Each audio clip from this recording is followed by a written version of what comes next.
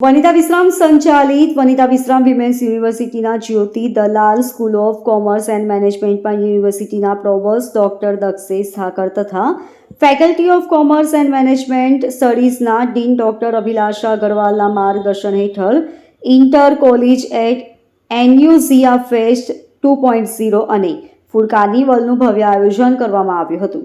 આ ફેસ્ટમાં best out of waste, લોકનૃત્ય, વક્તૃત્વ, face painting, presentation, shark tank, ad mad show અને મેનેજમેન્ટ ક્વિઝ જેવી વિવિધ આંતર કોલેજ સ્પર્ધાઓ યોજવામાં આવી હતી.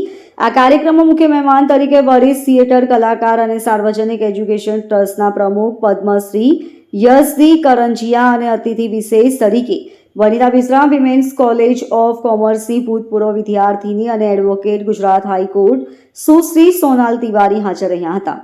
આ ઇવેન્ટમાં દક્ષિણ ગુજરાતની વિવિધ કોલેજો અને યુનિવર્સિટીઓના સ્નાતક અને અનુસ્નાતક વિદ્યા શાખામાં અભ્યાસ કરતી આશરે 350 જેટલી વિદ્યાર્થીઓએ સ્પર્ધામાં ઉત્સાહભેર ભાગ લઈ પ્રથમ, દ્વિતીય અને તૃતીય ક્રમ પ્રાપ્ત કર્યા હતા અને તેની સાથે તેમણે ફૂડ કાર્નિવલ હસ્તક વિદ્યાર્થીઓ દ્વારા બનાવાયેલી વિવિધ વાનગીઓની પણ મજા માણી હતી.